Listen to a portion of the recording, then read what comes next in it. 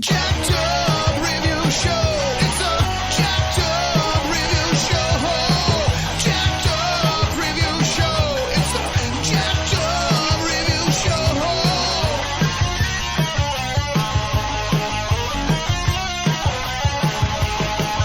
Join us as we cover many an insane movie and numerous cult TV phenomenons. Are you ready to get jacked up? Are you with us?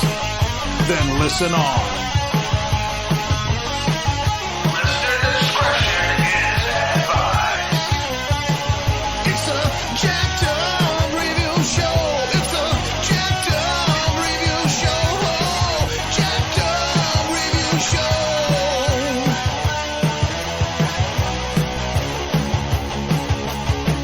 It's a Jacked Up Review Show.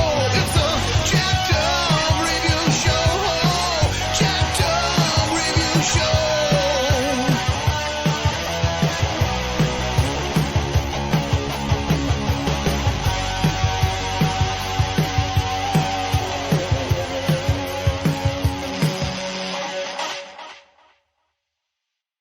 Look at the 100. It was so much information thrown at you and trying to keep up, and it just felt so And we were fast-paced. already tired of all these other Divergent, Hunger Games type shows. It's like Yeah, in because movies. it's one after another.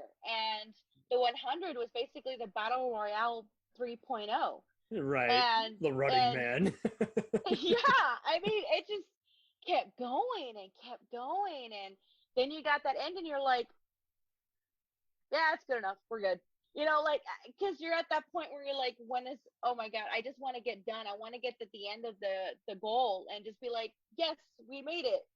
Okay, So I don't well- want that for The Expanse. I want it to Okay. be a Season 6 or 7, boom, stop there. call it a day. Yes, that's it. Done. I think it helps that producers of it got with two of the castmates, had them do a podcast on an episode by episode review. That's definitely been keeping the show alive. It was a good call on Amazon to buy it because, it would I have totally agree. faded right away. I guess you could say the main heart of it also is just the screenwriters have worked on every kind of movie from First Snow, Cowboys and Aliens to Children of Men and the first Iron Man. And so because they were a duo, they work well with each other. I guess that's why they worked well with the other writing duo. So it's like, yeah, they were going to take what they could, just show a futuristic version of the UN, Where it when was going to go, where we could go. and I mean, if the Saturn Awards acknowledge you, if the Hugo Awards acknowledge you, I mean, those guys, they want good sci-fi. So that's, Picky. They're picky. they're very Absolutely. picky because we get, Didn't the miniseries of Dune get picked up as well? I know they were on Sci-Fi with Susan Sarandon, and that was actually a fantastic. yeah, miniseries. Children of Dune, So, and yeah. they I did think another they version also of got Dune. I think they got a Hugo. I could be completely wrong. I think they but- did, yeah. But it was fantastic. And when they pick you like that, you're like, this is awesome. And then you have like the Defiant, Defiance, yes, good pick on there because great Defiance, series. yeah, Defiance was more about, I guess you want to say, geez, how would I say it? People learning how to live with creatures they never lived with before. Well, that and Winona Earp both do a good job of just showing kind of a Wild West scenario, and then kind of like Firefly, have all these different societies, one in another.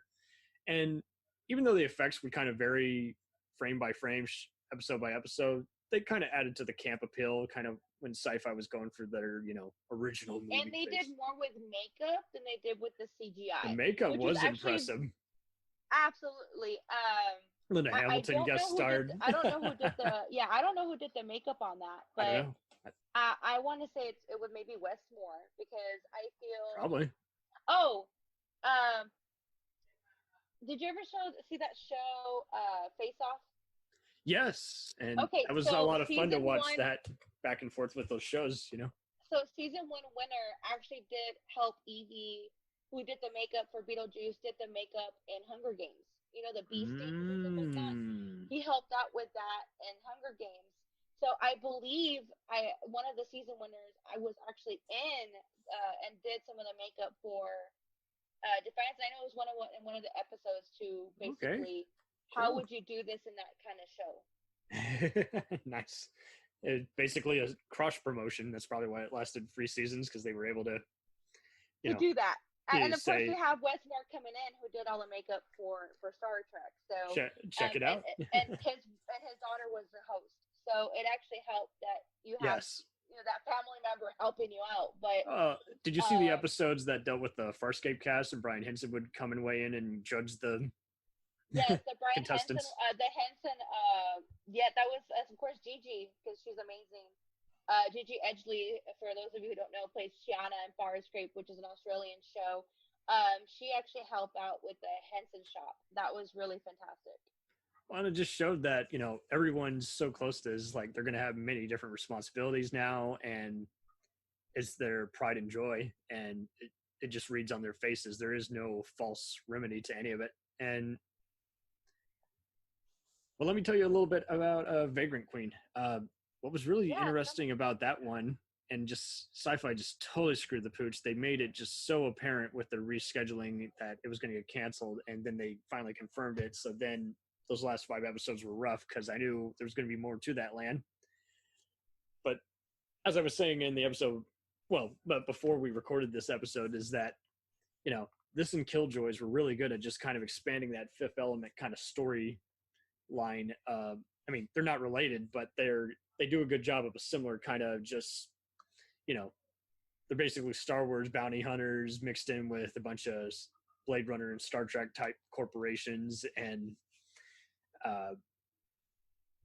Vagrant Queen just had an interesting just kind of cast. How some of the dialogue sucked, but the actors were really a lot of fun. They really fit into their roles and just knew it was goofy, and so you went along with them for that, even when there were Mystery Science Theater type elements. So it was a flawed, but hardly a piece of shit. It was a lot of fun. But tell me about Killjoys. When did you get into that one? And I don't remember when I got into that one. Isn't it funny how one of the scientists is also one of the main assassins on Nikita? Yes. So and that's what, like I said, it's one of those shows that you're like, and you're doing those pointing, you're like, oh, that's so cool. Yeah, you're like, and what? And each time I correct my brother and sister, and they're like, I haven't heard of him. I'm like, yes, you remember, he's the one second in command bad guy in that other mainstream American movie. Really? And they're like, oh, yeah. And I think that's the thing, is that most people, like, because they're watching one, like Nikita, they just can't handle it all back and forth. And then this one show, and there's so much going on. Actor's name, Rob Stewart. That's who it is. Yes. Got it, Rob Stewart. And there's when you see something like Killjoys, it kind of reminds you of other shows, right? So we're talking about like Dark Matter, and so like there's all these shows that they kind of seem very similar, but I feel like Killjoys is kind of its own too. It had its own specialty. Yeah. Now, let me ask you this. I just kind of wanted to touch upon something real quick. So, sure. On Dark Matter, so Zoe Palmer, who played Robot, and Chris Holden Reed, who played Dyson, he was, he played the guy that was after them in Dark Matter. He was the main cop with the beard. Yes. They both play in Lost Girl, right? So it's a good segue. I was actually going to ask you about that. Yeah. It seems like that was another very fun kind of show, because that and The Magicians were both kind of embracing just magic. And I love me some Magicians. Yes. Yeah. And yes.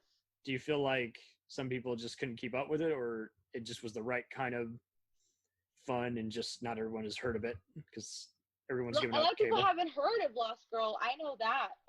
Because it lasted 5 I'm surprised too. I'm like, there's a lot of familiar faces. A lot of familiar faces, a lot of segues, a lot of crossing over. It was a little slow paced in the beginning, but once it kicks off, it gets really, really good. You get really invested, and it's one of those shows where you kind of want to know this fairy tale, right? That we live in, that we're not aware of. Same thing with Magicians, right? You don't know it exists, but it's there. They even have moments of kind of other shows like Grimm, even movies like Highlander and Wishmaster, for lack of a better sense of magic, Constantine. But also Charmed and Charmed, Buffy, and that kind of same style of I would think those audiences would be film. seeking that same kind of show out. Dark Angel. Exactly, Yeah. Dark Angel. Oh my God, I love Dark Angel. But with Lost Girl, you kind of have that same seedy feeling, that same cinematography, that same filmography, type of style. Exactly the same Yeah. cinematography. Yeah. Yes, it is, and that's what makes you kind of get hooked because it reminds you of something you've seen before, but it has its own special story to it. Totally. And that's kind of how I feel about Killjoys. It kind of has that dark matter feel to it, but it has its own special story to it as well. Right? Oh man. Because I even wish like the pan shots are very similar. a very similar tracking, steady cam, Yep. and then I mean, if anything, these shows were also showing how more or less I think the networks just had to start playing ball because they wanted more of these shows, and then if ratings are just not so stellar, they just always wonder why everything takes a while to premiere. And I guess it's just because everyone just was so used to seeing these shows get canceled, so they just didn't keep up. It didn't help Well, that. how do you feel about with that though? Because like when I saw Travelers, it kind of had SGU feel to it. Yeah, Right, very much and so. I thought Stargate it was universe. crazy for even thinking Yeah. that. Yes, sorry, Stargate Universe, SGU, which I hated. But I know a lot of people like that series does not even exist in my head. Although there's some fantastic actors in there. I hated they're it when just I stuck in first a saw ship. it, but I come They're just around stuck to in it. a ship. But It, yeah, but all it good. has the same feeling to it as Travelers as far as how they film. And so it's interesting to see the same people going from one sci-fi to another and seeing the same style or even the same lighting, the same colorization, the same. Exactly. Yeah, so it helps, but I prefer watching Travelers over SGU. That's just my opinion. For those out there who don't agree with me, I don't care. But if you do agree with me, I hope you understand that I have nothing against the characters. I think they're wonderful. Some of them went to Sense8, which I think is another great series on Yes. Netflix. It is not kid friendly. It is rated R. No. Very, But very rated R. it was cool to see the Um, Wachowskis team up with the creator of Babylon 5 because he'd already done Jeremiah, which was another fun post-apocalyptic show and filmed in Canada, and that was the icing on the cake when he was just having all these other actors again just explore just future sexuality. And like you say, some people were ready for it. No, the right people got it. And the fact that they had to beg for a reunion movie is just ridiculous. And it's like, but geez. I'm so glad not only did they do the birthday one, right, but they did the Yeah. reunion one, and I think that kind of gave us a little bit of a kiss, and I think Kiss that's the goodbye. best Yeah. way.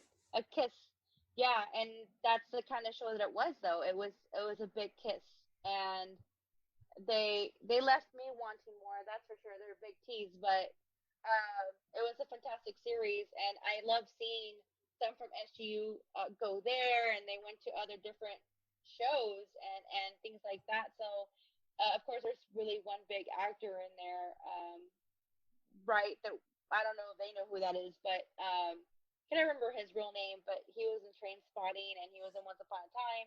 Oh, Robert Carl. Robert Carl, yeah, he was in, of course, SGU. He played a dick mad scientist. Yes. And he played that very well, actually.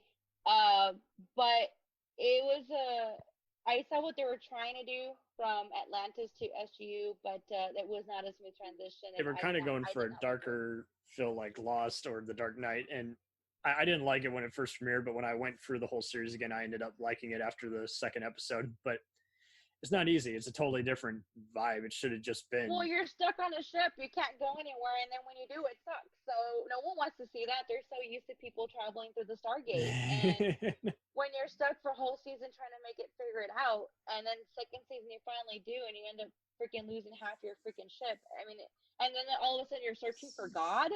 Season Like, 2 I don't. got better for me It's because just I liked much. all the it was too much at first, but I think I just like the betrayals. I will say Killjoys Yeah. is hard to keep up with after a while Yes. because Yes. there is like a 'Cause betrayal there's so every much, episode. and you don't even know, like, because at least with Dark Matter, you get Yes, it. Dark as Matter, it's you coming. know who works for Yeah, who and but who's. Killjoys, you're playing Clue the whole entire time.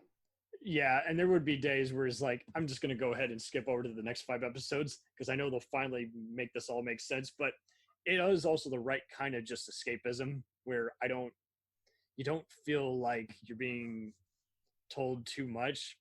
It's just you do have to be in a certain mood when you watch these kinds of shows.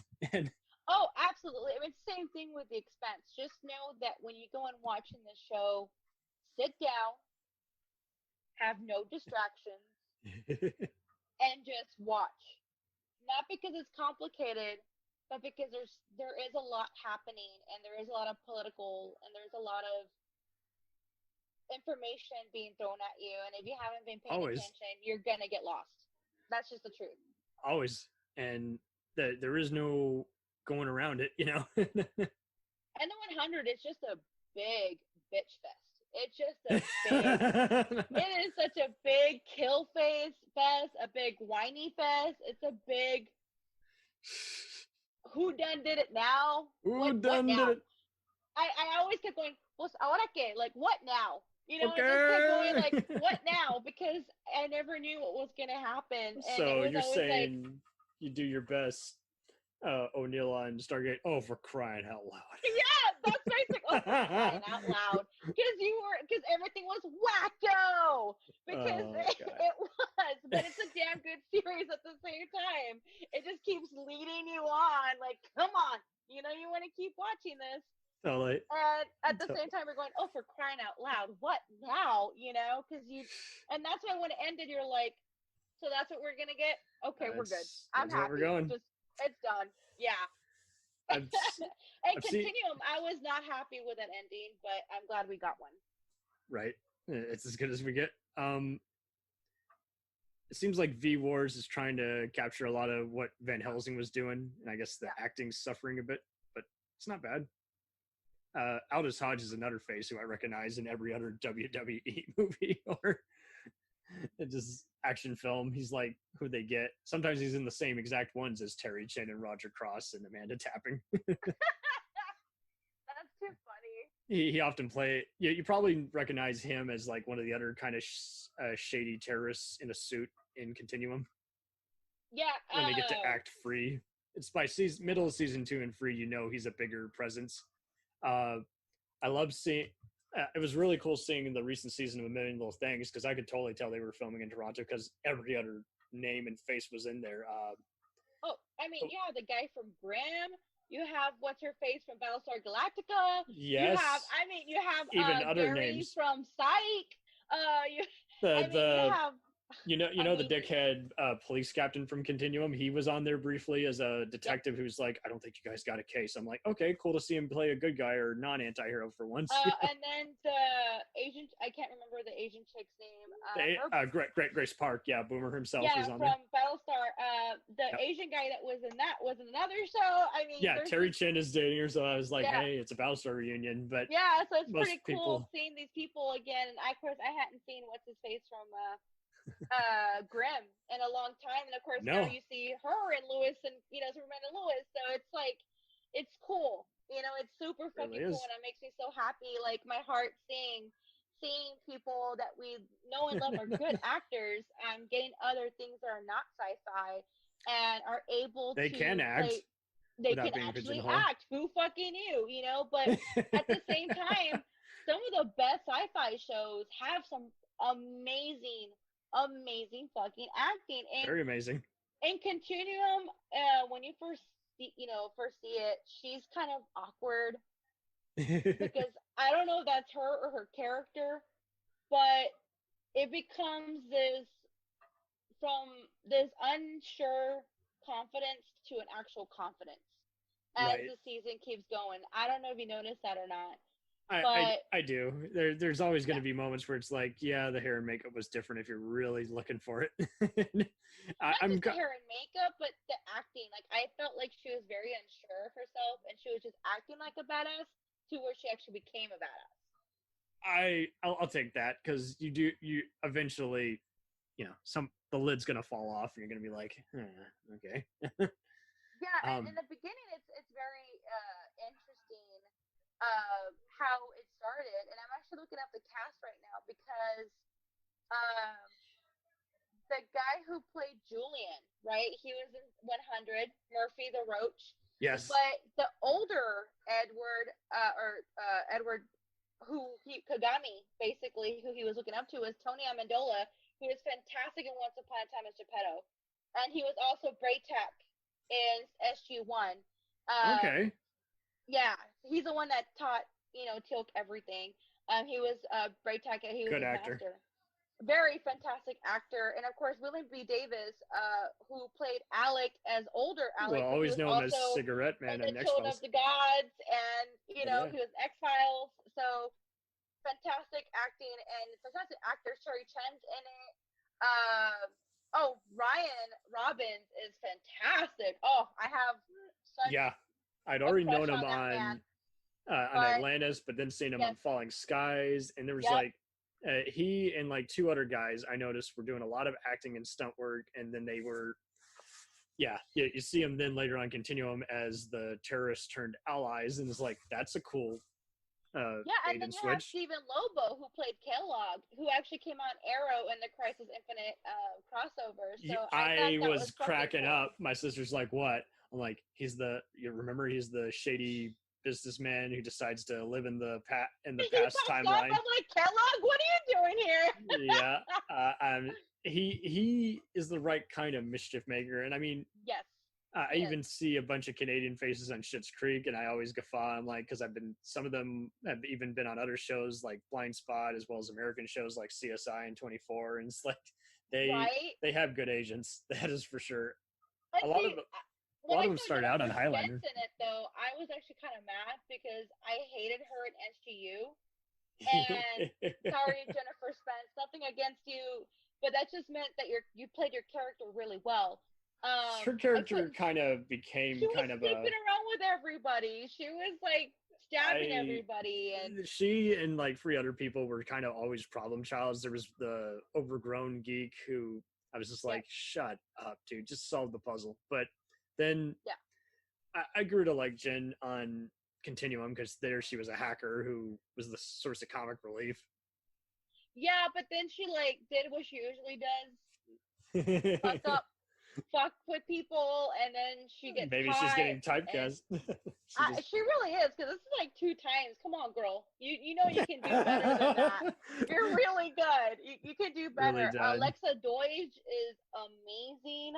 I love seeing her in everything that I could possibly when see. I found out she was married to Michael Shanks, it made sense why I saw them in a lot of the same programs. And correct. Seeing her in that Stargate interview, how she's like, I never intended to replace Terrell Rothery's, Dr. Fraser, is like, I was just merely, the next person up. Is like, I don't want to take that away from her. I don't want to even replace her. I'm just, which I don't understand why they killed her off anyways. That didn't make any sense. Sorry, spoiler alert for those who don't know. The actress it's all right. We talked so much about Stargate. It's been around over 10 years. Come on, guys. You should have seen it by now. I think it was just they wanted something that would just touch the cast, and I think the actress wanted to do something else, but she always appeared in some other flashbacks and other stuff, but whatever. I mean, yeah, when she joined the SG-1 team with Bridges, she was so intelligent. And very intelligent. I bought her character. I got their backstory right away, and it just made so much sense. It did, and it gave a whole dynamic to it. Absolutely. A lot of people who watched it, even I think Lexa said, a lot of people she knew like wanted to get into acting because of Terrell Rothery's just interpretation. She just makes everyone just feel at ease, whatever role she's doing. She was like a god mom, Yeah. Like she was. Our grandma and aunt and being a badass, but still being a damn good doctor and figuring shit out that she'd never seen before. She's the relative who takes you to just a certain kind of festival and, restaurant and other just kind of recreational events that, you otherwise wouldn't see, and just culturalizes you, Yeah, and it's so interesting, seeing her in that and going from that to Travelers yeah, and Continuum, like seeing all these different and shows that Continuum. Alexa Yeah. was in. It was freaking Yeah. amazing. Alexa, that was a great arc for her because, the terrorists, Great art. that's Absolutely. how terrorism works. Everyone has their own agenda. Some people are just like at a riot. They want to screw it up and just be violent for violence sakes. And some of them actually want something to come out of this. And to see Tony Amendola again, just against type, there he is, like you say, as Tolk's mentor. And then there he is as the terrorist brains behind it all.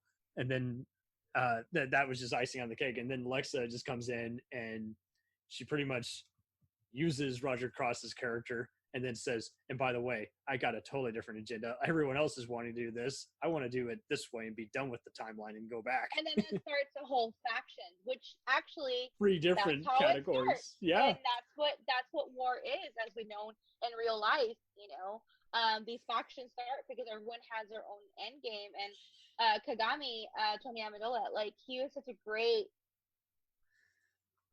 his manifesto, as they would call it, it made a lot of sense, and I understood why he wanted certain things and the other people didn't, is because they were these super soldiers, right? And why would you want to give that up? Why would you want to give that up? Yeah. You want it to be better for you. And to see him come so far as an actor to even just embrace that whole part of it is like, yeah, I mean, Tony can do no wrong. And to see him even just, appear in just, I've seen him guest star in just key roles and memorable guest spots. He was also the voice in Skyrim, so that makes there you go. So he's picked the video game atmosphere a bit. Yeah. It's cool. I think he plays the Jarl when you first wake up. I mean, he does several voices on that, different characters, but it's really neat.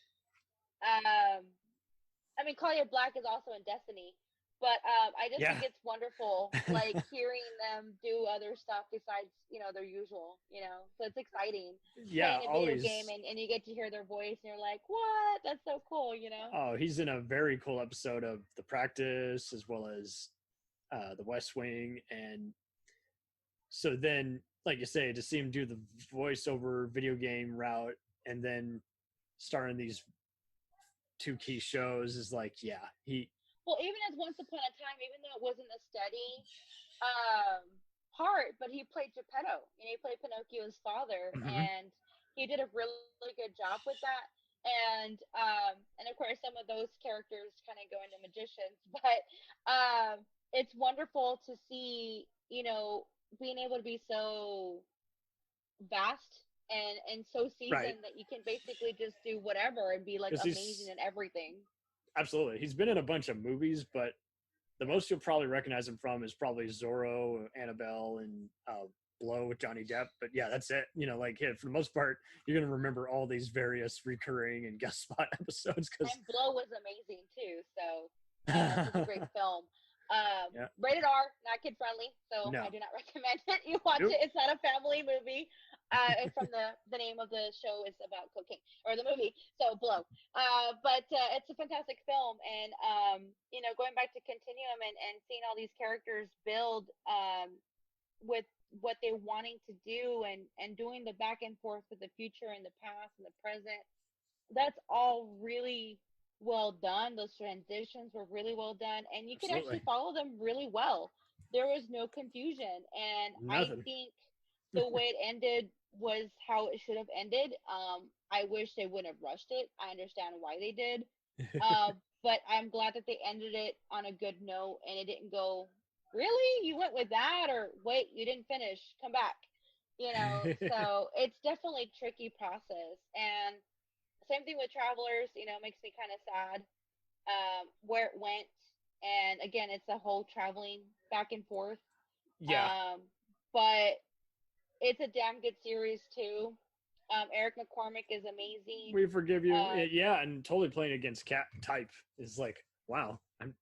Perception was kind of a good way to ease him in, but he'll always be, you know, Will from Will and Grace. With Perception was fantastic. Holy oh crap. yeah, totally. That And really blew my mind how good he was. And then seeing him in Travelers, I was the next just step, very dumbfounded. I mean, it's like the third tier, right, of evolution.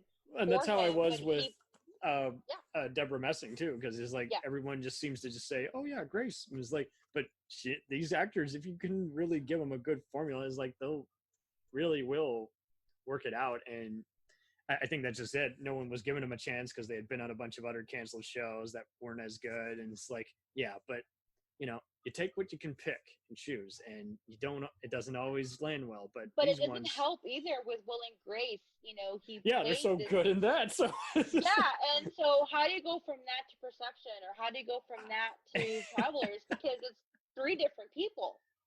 different. It really is three different people. One, he's playing a savant. The other one, he was playing a dick. And that's not Will, you know? So No. you're just like, what? But you buy every character he gives you. And that to me is fantastic acting. Deborah Messing just went from playing Grace to her own detective show. I forgot what it was called. Yeah, but she was really in this great movie called Searching. Yes, that was good. And it is like the character reveal for that character. But yeah, I mean, Yeah, that was fantastic. And we weren't expecting that. no. But then they go back to Will and Grace. And I'm like, I felt like that was such a huge step back. So when you do see the show again, it's not the same. Not because of the writing, but because they had grown so much. So much. So much. I mean, they basically Pokemon evolutionized 3 fucking tiers and became Mega, you know, Super Saiyan, you know, so like Supersonic. Yeah, I mean, they just went so big, and to go So big. basically take 3 steps back, not 2, but 3 steps back, and you're just like, oh, he's not cursing at me no more. Oh, I'm sad, you know, and she's not owning her shit. That's kind of sad, you know, because you're used to them being a certain way, and then they go back to those characters. It would be like It's as if they never right? left it, because that character became a part of them. That doesn't work. You know, once you've grown, trying to go back to it, the formula is not going to be the same because the people have changed. They've grown. And everyone always likes to give people shit for not watching their own movies. It's like, well, it does say a lot. You get too comfortable. Absolutely. And I appreciate them trying to grow and do things. And I understand the fans were like really wanting them to go back to Will and Grace. Of course, I got canceled, unfortunately, but it's not surprising when you have people who have overgrown So much. themselves and the show. And it's okay to grow, and it's okay to do a lot of things. I mean, look at, you know, This Is Us with Justin Hartley and Mandy Moore and Milo. I mean, they've grown so much So since much. the Gilmore Girls and Mandy's, you know, music career, and you know, they've grown so much as people that So I much. couldn't see them playing anything silly anymore. You know? Never. Yeah, yeah. It's the same thing with the seeing A Million Little Things. Right? Gary from Psych, you know, to see him playing Gary, I'm like, whoa, I hope- this is huge. Like, what? I hope he gets a Golden Globe. His performance has been so just Oh, especially that the whole ending of cast. that season. For Yes. those of you who haven't seen it, I'm not going to spoil it for you, but Out of this world. I am scared of Gary. Like, I am too. really was, dude, what are you going to do? Oh, what are you doing? Come back. No. Come back. But I appreciated all the acting and I mean, even the guy from The Office, right? Office Space, He was great. Yeah, Ron Livingston. that little bit that he has done makes me just cry and feel that emotion, and it's just fantastic acting. And I'm like, how do you go from Office Space to this? So It that probably was helps. wonderful. I've been told multiple times about this show, Defying Gravity. I have the DVD, but haven't seen it all yet. And he was the lead on that sci-fi show that was filmed in Canada. And it was another one where I think he and his actress spouse, Rosemary DeWitt, are just really good at just blending into any kind of environment, no matter how small the role is. And I think that's just it. I mean, these guys, ego or not, they're just really good at just organizing themselves and just, you know, just becoming, just realizing we all matter. You know, we can all be replaced at any moment. And even if we're not in every episode, we're still going to, you know, play a huge part in what goes on. And I feel it's a little bit more realistic because look at This Is Us and look at A Million Little Things. That is shit that's gonna happen. That is shit that is happening. Shit is totally happening. And yeah, I so hope. I appreciate them bringing us along with it. You know. Well, and I get so sick of everyone acting like it can't be an ensemble. It's like, no, that's bullshit. Criminal Minds and Law and Order are critic proof. They've been on for years, and same thing with these shows. I mean, you can't focus. NCIS, excuse me. Right.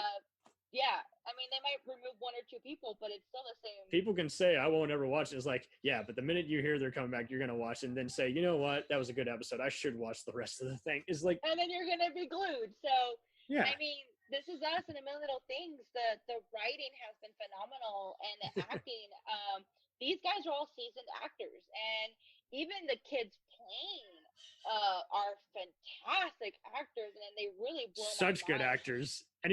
Everyone likes to pick on kid actors, and it's like, well, so some of them didn't have it good, but others were more around the, I guess you want to say, Spielberg level, where he would improvise the scenes with them so it would be better. But I mean, these kids are really, is like, this is such a so dear to them.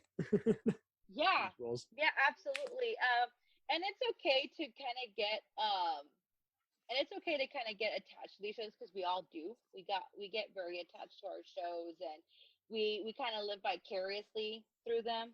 And I know a lot of people were bashing This Is Us because they brought the masks into the show, and they brought the BLM, the Black Lives Matters into it. But it's like, but it's currently happening. Why wouldn't they? If they want to continue acting through the COVID, through the Corona situation, they're gonna have to bring it onto the show. A lot of those same people complain about everything. It's like, if there's any reference to real life, and then they complain if it's not realistic. It's like, well, yeah, what do you want? Right, because I mean, you get the sci-fi shows that we all know, and I think that's why they get annoyed. You don't get as much bullshit or as much crap from sci-fi shows than you do from like This Is Us and A Million Little Things. Why? Because sci-fi, we know it's fantasy, while this Million Little Things and This Is Us is based on a real world.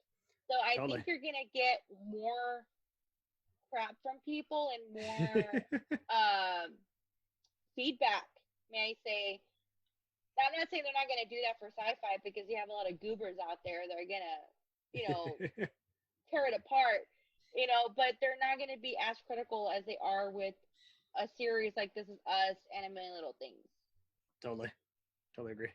And I don't know, I think everyone likes to just bitch, and it's just like, it's okay to be realistic once in a while. It's going to be part of it. And that leads me to Eric Krepp. He's done some big stuff, often filming here in Canada, sometimes just internationally, even in some cases getting the efforts of the UN. Created Revolution, created Supernatural, and left after a while, created Timeless. Have you been watching any of those shows? Revolution's amazing. I'm so glad I finally finished it, because it was one of those, I finished it last year, and it was one of those, is like, I saw it and I couldn't keep up, the episodes lost, but I was able to pick up right back from where I left off. And it's like, that show was so ahead of its time. The comic book wrapped up any loose ends, but you watch the special features, and it's like, they wanted to just keep changing the game. Just keep, it's like, we're doing good, but we can always do better. We can keep changing up the formula. Well, I'm trying to think of this one actor real quick. Esposito. Yeah, Giancarlo, from Breaking Bad and Mandalorian. Giancarlo Esposito. Well, I first got introduced to him. It wasn't Revolution. Malcolm it was X. actually Once Upon a Time. Okay. He played Sidney Glass. He played the genie, and he played the mirror. Right. So. Okay. From there, I saw him in Revolution. From there, I did not see Breaking Bad, but I do know that he was in that. That's not a kind of show for me. Every Spike Lee movie. But then I saw him in Mando.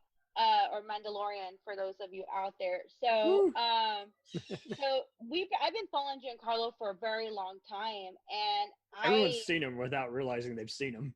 Yes, he's been in so many shows and actual movies too. So he Great is ones. fantastic. Yeah, so seeing him in Mandalorian as the bad guy, you know, because in Revolution he was a bad guy. Right. But who and kind once upon a of time he you was can just kind of see- doing the bidding of the bad guy. I don't know what character he was playing in Breaking Bad, but Breaking does Bad, really he good. plays Gus, and much like Revolution, he makes the show a totally different identity to where you can't imagine it without him, because you see why he's technically on the bad side, but you could also, if you wanted to, easily root for him if you wanted to once you get to know him better. And it's just so funny as Monroe on Revolution, he just kind of he had been brainwashed, and he realized it, then he still had his own, scheme. And then pretty much at that point was just trying to make amends and just see if he could kill anyone who had wronged him or had personally attacked his Monroe family. was in Twilight. He played Dad. So a lot of people probably don't recognize that, but yeah, he played Bella's dad. So it's Billy fantastic. Burke. Yeah. Billy Burke is freaking amazing, and seeing him in Excellent actor. Revolution, I prefer his acting there than I did in. I don't like Twilight. Sorry, people, shoot me. I hate Twilight. The books, the show, the movies were just horrible. That and but on Major Crimes, he really just showed, yes, he can a do lot of opportunities. Absolutely, yes. one hell of a just characterization. And that show did actually, much like the Expanse, it involves the UN. But here's the thing: they did actually involve the UN in the actual production. It was like, so they got some ideas. Here's how would you. So that dictated their future storyline. Okay, here's how you guys would react in this scenario versus that. Versus Expanse is like the future of how it would be. Right. At this point, there is no need for a second opinion. It's like, well, this timeline is what we consider it to be. And I think all these shows. And that's the same thing with A Million Little Things. Sorry, This Is Us. Excuse me. No, it's This fine. Is Us. Oh no, you had it right. A Million Little Things is just. Yeah, and This Is Us is the. It's based now. It's now. It's not. Yeah. Some fantasy.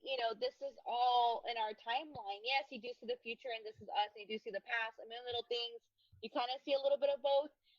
Actually, more of the past than you do the. And seeing the actors in all of these, I mean, that's all the more complimentary because they are reminding you that they can be social commentary Latin storytellers. And absolutely, and then of course going back to Revolution, it's a post-apocalyptic, right? Of what could be, right? Basically, everything is an NRA gun show, and you're like, oh my god, But it reminds me of The Expanse when Amos goes back to. Where was he from? Michigan? No, where was he from? Brooklyn, if it wasn't Detroit, then he was from one of those other just like. Yeah, it was like I think Detroit. I could be wrong, guys. Correct me if I'm wrong, but I know it was somewhere, and it kind of felt like that, like this post-apocalyptic, and shit's gone down after such a long time. And when we don't even have to ask, we instantly. We're like, oh, I totally get you. We get it. Exactly. And of course, when I fill in the blanks as a viewer. Right. And when shit breaks loose, you understand even more why they are the way he was or the way he is. And that's what I love about Revolution is they had been living a certain way. And actually going back to Stargate SG-1, the last 2 seasons with Claudia Black. Claudia Black's husband from the Ori was also in Revolution. He's a fantastic actor as well, and he's been in a lot of many different things, but can't remember the name off the top of my head. But seeing these people. Oh yeah, Tim Guinea. Tim Guinea is who you're thinking of. Yeah, okay. He was also in Iron Man and a bunch of other shows, Homeland, and yes, Homeland. Oh my God, yes. But Stargate, I mean, he got to actually kind of, I guess you could say, just really pick apart, how he's basically a war criminal turned ally, and he just realizes he is such a tool for just trusting the Ori, and it says a lot because and he's really in love with Bella. Like he realizes he does actually care about her, and now he has to choose, and he doesn't realize what they did to his daughter. It's really not his kid. Right. Oh, Yeah, you totally know? fudged over. Yeah, and to have him be on Revolution, he kind of just is like, okay, I'm a different kind of dad in a war-torn sci-fi setting. I actually fucking care, and of course his character doesn't last long, but No, I only in flashback. but I appreciate what they did with that, and to kind of give that backstory, how it could lead to what's going to happen. It totally needed it. It needed it. He had to be the sacrificial pawn, so to speak, like in SG-1. Sorry, dude, you keep dying like Sean Bean. I think it's time to do something a little different. But yeah, I think it's actually kind of interesting seeing these people playing these parts and seeing them in, like, Revolution, and seeing them in other sci-fi shows, and seeing what they can do, and it's super exciting when you do see those familiar faces that we all love. Absolutely. More or less, I mean, I think these guys are going to just keep ratcheting up, and hopefully people will become fans of their current show that they're doing, and then go back and, you know, watch the earlier stuff and realize, man, where was this? You know, I cut the cable cord way too soon, or And that's the thing with Giancarlo. I know they saw him in Mandalorian, but I also know they saw him in Breaking Bad, but I think that's really it. A lot of people don't really know where he came from and how he started, and I actually tell people, like, go watch Revolution, go watch Once Upon a Time. It might not be your cake, you know, and pie or slice of however you want to call it, but it is actually quite wonderful seeing these different people from different TV sci-fi shows that you've seen in movies, and seeing them all kind of congregate and these other shows, and seeing what they can do. And I would definitely follow Giancarlo. He is such an amazing actor, and I would watch anything that he would be in. Same thing with Tony Amendola. I would see everything that he does. That man is just amazing. Right. Yeah, Giancarlo, we did a cool episode on him. We just couldn't stop talking about him. He just has that kind of aura to him that is like, and even seeing his guest starring roles on shows like Chicago Hope and Homicide is like, man, okay, so he can sing, he can dance, he can also play all these other kind of maniacs who are either good or bad, and he goes to town with it. So another segue, another actor who is really beloved, Dennis Hayesburg. You might know him as President Palmer on 24, but he's also the Allstate guy. Also, God and Lucifer. Right, correct. And God. And on the unit, but he did two wasn't he Army's Wives or? Not well. That show was similar, but yeah, the unit, he was like the Delta Force commander guy, and it did have some Army Wives on it. Okay. But I got 3 awesome Canadian shows that he's in. Now and Again was kind of a cool kind of Groundhog's Day kind of show he did. And then he did another one called Incorporated, which had plenty of these other same Canadian faces, including Peter Outerbridge. Nice. Who I know is in Expanse, and even other shows like Designated Survivor. But I love me some Designated Survivor. Oh, yeah. Good one. Yeah. And seeing him on Incorporated, he got to play it involves just that. It was produced by Ben Affleck and Matt Damon, and it really had a cool writing staff, and all the other actors in it have gone on to other things, including what's her name, Miller, who's now on A Million Little Things. Maggie. Yeah. She's on there. She was in it. The one male lead had been like an Australian, and later been on the X-Men show, The Gifted. It was really cool seeing this one. Love seeing Gifted. Yeah, it's amazing. For sure. But Incorporated is like, man, this was produced by CBS. All the other networks passed on it. Sci-Fi picked it up, and then they cancel it. It's like, but I want more, because this is another one just showing how corporations, like, one area is a Mad Max kind of Running Man. Everyone beat each other to death in sci-fi type boxing, and the rest is just, scum of the earth, just sin, just profit, churning in. And it's funny that you said Designated Survivor, because Alex Millar who played 4 in Dark Matter, actually came out on Designated Survivor. So I was excited to see him there because he's fantastic. He was an interesting character. He was like a supporting, I think, congressman or. Yeah, I know he was a soldier. Yeah. Yeah. And all these shows just have good casting, but I mean, Incorporated, I mean, hell, I might even have to get to for the Designated Survivor episode, but it was really cool. Also, just David Hewlett from Atlantis and one of the other scumbags in Dark Matter was on it, and I love David Hewlett. He got to play so amazing. Yeah, he's the nicest guy, and he just always plays an asshole, or a jerk, and he got to play a guy who totally got fudged over by the corporation. And here's the thing: the corporation will try and erase your memories once you leave, so you can't sue them, you can't say something bad happened, you can't anything. And so it was kind of really cool.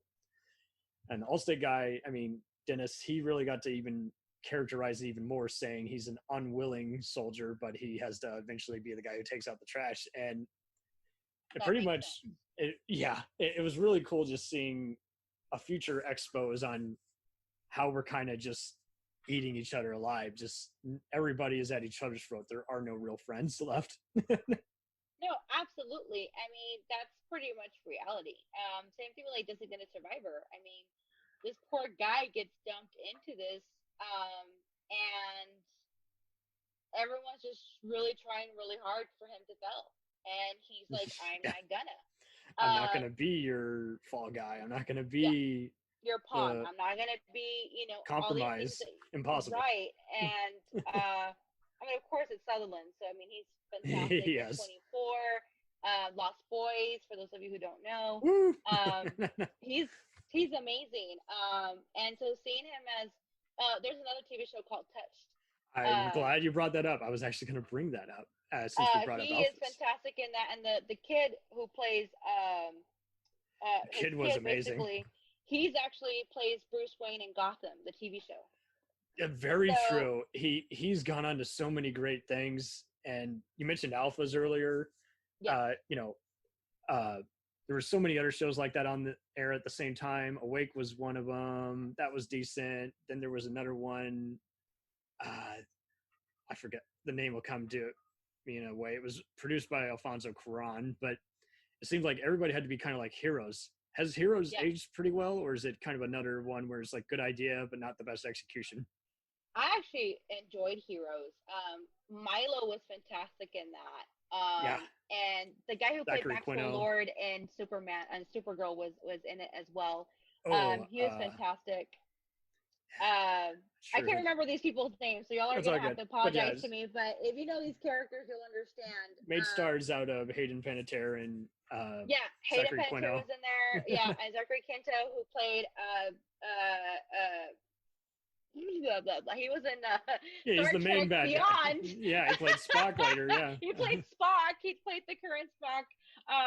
But Heroes, I think, was actually quite fantastic. I think it had a great storyline. It felt like a comic book. It felt like I was watching a real life comic book. It was gritty. It was dark. But not True Blood dark. But not Superman Justice League gritty. So it had its own specialty. It kind of felt like Revolution at night. Definitely. But I actually really liked the story arc. I think it explained everything. I understood where it was going. I didn't see the return. It seems like a lot of people didn't, and I don't know why, because it got promoted out the ass, and it's like it did, but nobody wanted to see it because what we got, we were happy with it, And I that's just my opinion. I feel like what we got was what we got, and we're good. Like, we didn't need, for example, Lost lasted like a million years. Would you want a Lost reunion? No. Why would we? And that's kind of I felt with Heroes. I felt like it had its time. It finished. We're good. Same thing with Charmed. It had its thing. It finished. Now we're going to bring it back and be completely like back afterwards and bring 3 different women from 3 different daddies somehow and be... I didn't understand the new Charmed. I haven't seen it. I'm sorry if you guys like it, but it didn't feel like it had the same storyline as the original one, and it definitely had its. It felt like a Riverdale. It felt like God. You know, it felt like that kind of a show, and that's not what Charmed was. That's not what Buffy was. It's not what, you know, Supernatural. It's not what those shows are. And No, I feel with because Supernatural, much like it Heroes, has its it own was critic special proof. thing. Everyone has Yeah. their favorite, least favorite season, and it's like, yeah, but until people stop watching it, people have to realize, even though the storyline sucks, which there's plenty of them. I would always just watch Supernatural if it was on because other people were watching it, and I was just like, Dude, okay, it lasted what, 20 years or something like that? yeah. Like, And I mean, that's just it. The story was always going to vary. It was the characters that kept you coming back. And same thing with Charm. Charm was Right. Camp City. You know, it's Aaron Right. Spelling after all. And it's like, but what kind of wacky magic trick will they play on someone? You know? and that's the thing, right? When you have shows like that, like Heroes, you kind of end and that's it. We're good. We don't Heroes, need. I We don't think need I anything. lost interest after a while, but I don't dislike it. I think it's just kind of it was an interesting product, and I think it had a few too many cooks in the kitchen, but at the same time, it did have some interesting actors, and you remember them from those roles because they were just so well cast. It's like, yeah, and remember when they did that, and they committed that murder, and they became this different kind of animal. And It's like, everybody was going around going, "Yatta!" I mean, how super can villain. you? How, yatta! I mean, how can you not? Like, I don't know. It brings a smile to your face. Why would you want to fuck that up by doing a reunion return bullshit like Charmed? I don't know. I feel like it's such a waste of time. Like Will and Grace, I'm sorry, I love you, Eric and Deborah and everybody else, but that was a waste of time to bring something back because first then year it was ends chaotic. and it's like wah wah. It's sad. I enjoyed the last two seasons of the reboot, but it wasn't going to ever be as strong because, like you say, it had taken a while. It's taken a while, but people fucking grew, man. Milo was already doing This Is Us when that shit came back, and it's like Mhm. Milo grew so much from being in the Rocky, and for those of you who don't know, Milo Ventimiglia, he played. He's in Creed movies, yeah. Yeah, he's in Creed movies. He played Sylvester Stallone's son because he has the same lip thing that Sylvester Stallone does, actually to the T. And actually, they bring that in This Is Us. So you should watch it. It's a brilliant. You will cry, get a lot of tissues. Watch all these shows, damn you guys.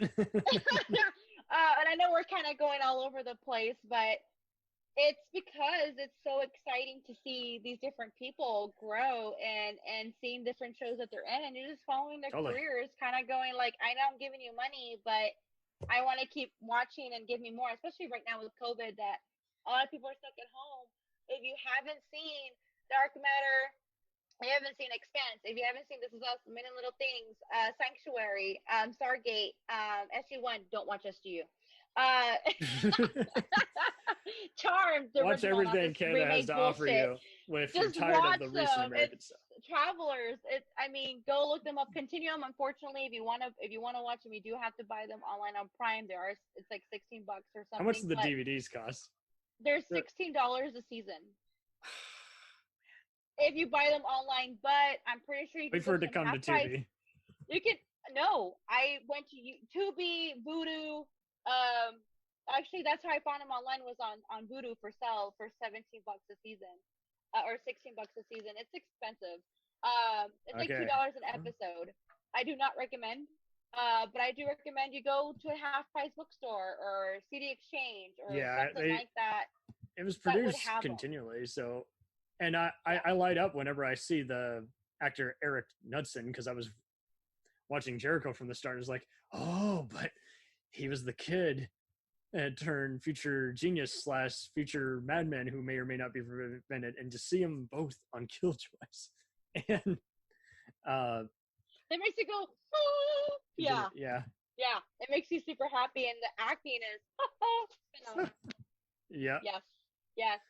But seriously, guys, y'all need to go. Please binge, and then come back and give us your feedback. Like, what do you think? And if you have seen these shows, see them again with a fresh new eyes. And, check out The Whispers. Check out Wolf Lake. God, yes. Believe, I can't recommend, but Awake with Jason Isaacs, brilliant show. Manifest, like it or hate it, definitely good acting. I haven't started, but I do know the main actor is on Once Upon a Time he played David as in Prince Charming.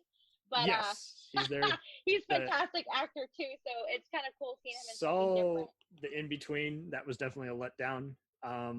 It just the ideas were there. It just was the billionth, Dead Zone X-Files kind of show. The In-Betweeners, yeah. Oh no, just the in between is what it was called. Okay. Emergence. It was interesting, but not enough for me to say I wonder where the season was going. And sure enough, it was canceled. I will recommend. We talked a bit about Sanctuary. Did you ever see any of First Wave? Because that was like the one that started the Sci-Fi Channel Canadian. No, I never saw that. What's that about? So basically, it had a lot of creepy X-Files, Outer Limit kind of ideas. One of them had written for X-Files, and it was basically kind of like Body Snatchers, and that also Right. introduced the world of Roger Cross, where he was the alien agent always going after the guy who knew too much, and all these That actors. sounds about right. That sounds about Yeah, right. Yeah. perfect casting, That's brilliant perfect acting. casting for him, yeah. It was a mixture of sci-fi and horror and mystery and slight action adventure, but what it did so well was even Christopher Judge started. Well, that was one of his first acting roles. He just guest starred on an episode. What was really cool is how Cross knew that the aliens. He was like a smarter cancer man on X-Files. He's like, the humans know too much. Wait it out. Wait them out. Because if we strike now, it'll be too much, and we'll lose all our power that we have. Because basically, they've assimilated themselves into society. They're all in human form, and it's just interesting how it was just able to just really just.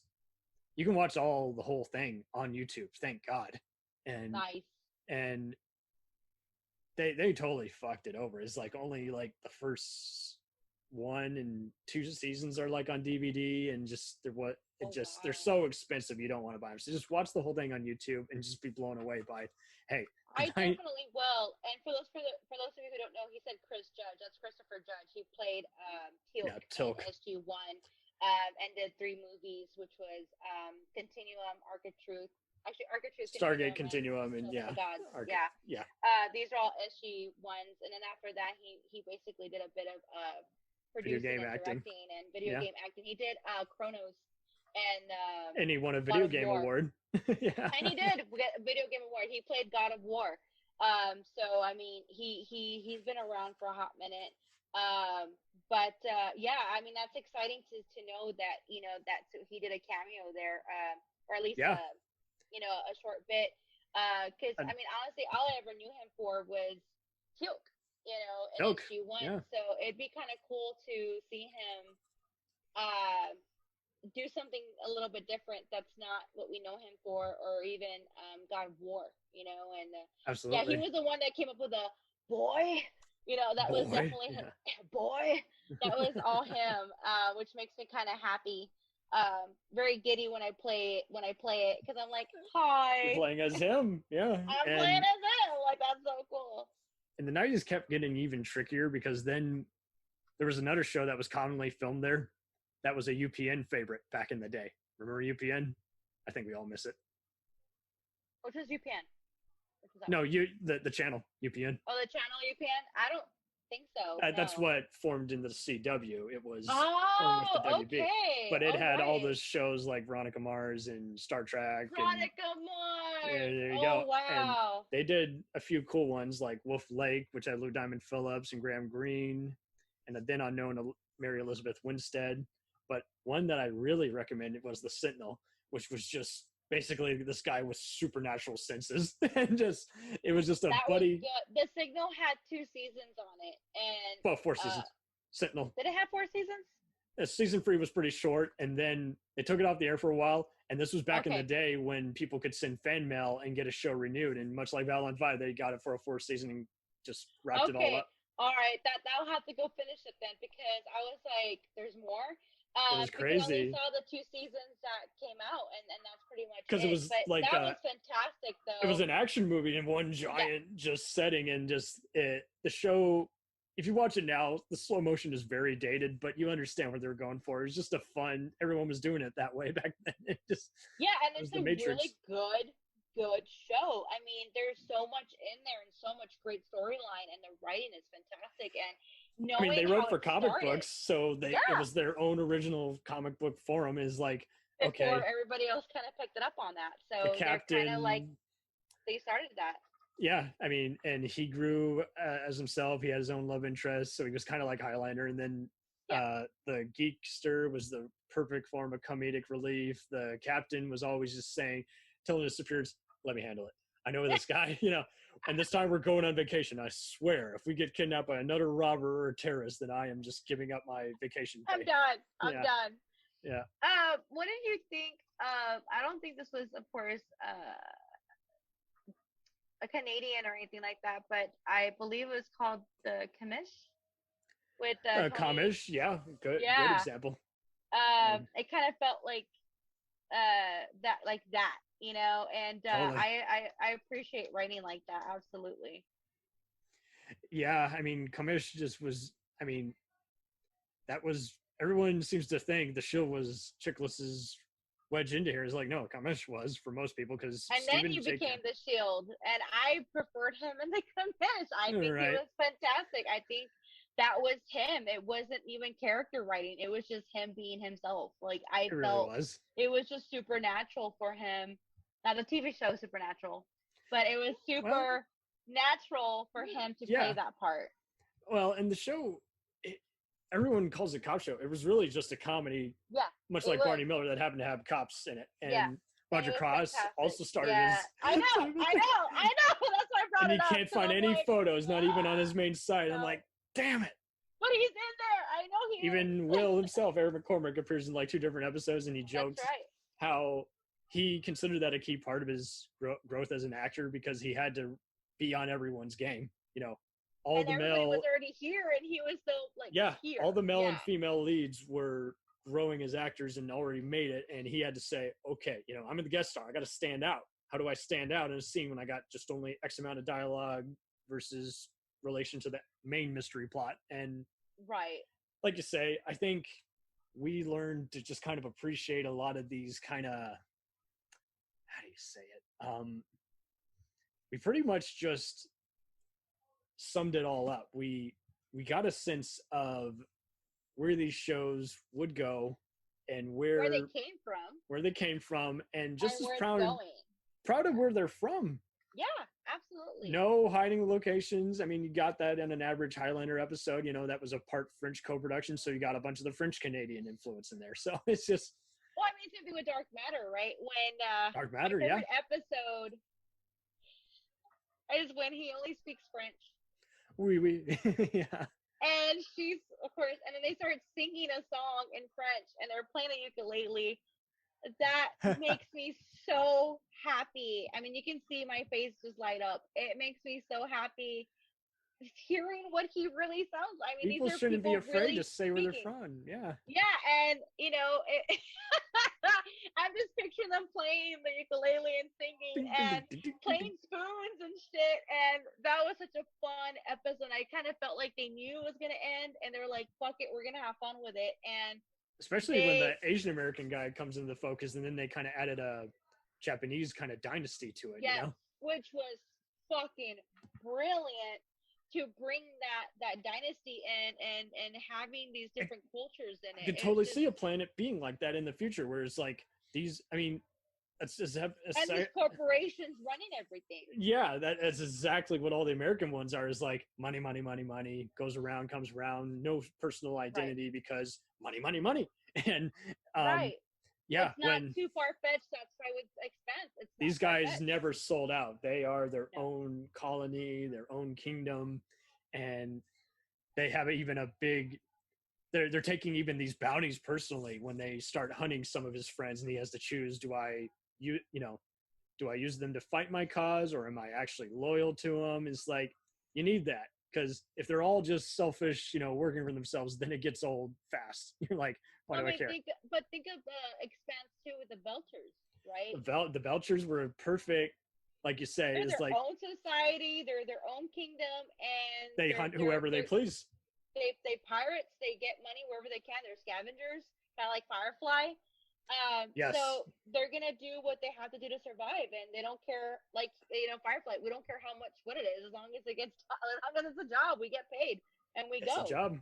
Yeah. It's a job, and that's super realistic in our society now, and even going forward, that's what it's gonna be. And even in Continuum, the life that they were living in the future, I can totally see us becoming a militia state.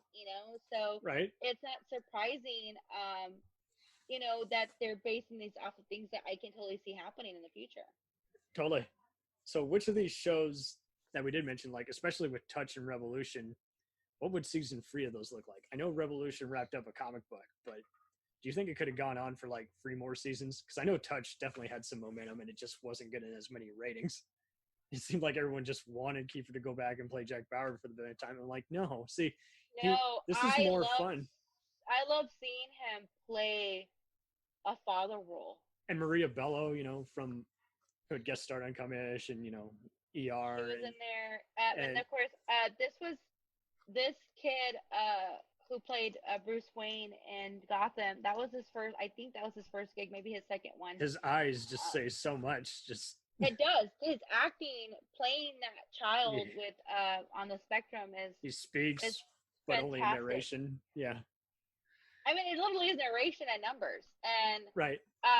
And the fact that it connects people all throughout the globe, and it was by Tim Crane, co-creator, before he gave it to another person. If you've never seen the movie called Pi, yes, it is a black and white noir film, and it's basically based off of that, or at least the idea comes from that, where there's perfect numbers in the world from the Fibonacci sequence. And it was very much like Aronofsky's film. It's like even every other cyberpunk film, Dark City, which Kiefer was also in. Sin City. Sin City, yeah, perfect. Freaking Dark Angel. It kind of had, but with Touch though, it had to deal with numbers and clues leading to pathways and clues, and it's basically like the movie with Bruce Willis, right? Unbreakable. Mercury Rising. Oh, yes, very true. Just the kid who's kind of dyslexic. Correct, with the numbers. No, he wasn't dyslexic. He was actually on the spectrum. Okay. And so he saw patterns and numbers, and he basically saw a code. And with these numbers, and of course, they sent people to kill him, and Bruce Willis has to protect him. In Touch, it's basically the same thing, but it's his dad, but his dad doesn't know why his son is so special and why they're so interested in him. And all the guest stars. He can't see, and because he can't see these numbers and clueless and clues that come into it, and just trying to figure it out as he goes, and seeing the acting and seeing those connections to other things like Pi and Mercury Rising, and seeing those kinds of movies coming into this one show, I honestly feel like one more season wouldn't have made it feel so rushed. And they were rushing because they were trying to give us some kind of... He takes down all the evil executives who are like, don't take it personally. I'm like, oh, I take it personally. You took my kid. I take it very personally because... You took my kid, asshole. Yeah, absolutely. I mean, at the same time, are we surprised? No. We are not. There's always going to be that scientist who just feels like they are entitled to examine everybody and they are doing it in the name of science. It's like the minute corporations are involved, it's no longer about science. It's about profit. And think about it, does not sound like Mandalorian. Yeah, exactly.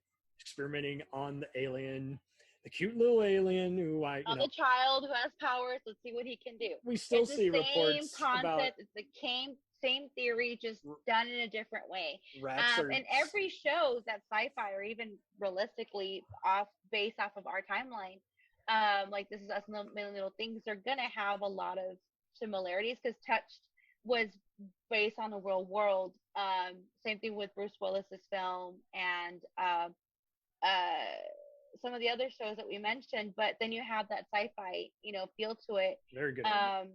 But Pi is very realistic too, because there are a lot of people who deal who are like that, and then magicians kind of touch on that too. So they're called really gypsies, and yet it's like that's not even, that doesn't begin to sum it up. That's not even technically the right term for it. It's more just a kid who with special skills and figuring out how to implement it into real world solutions. And it is kind of cool how after a while a lot of the characters are having to outpredict the young boy, the young girl, and figure out, where the pattern will actually lead. And you could tell the writers were actually calculating it that way. They weren't making it up as they went along. It's like, no, this is going to lead to this heartbreaking conspiracy and someone is going to die this season.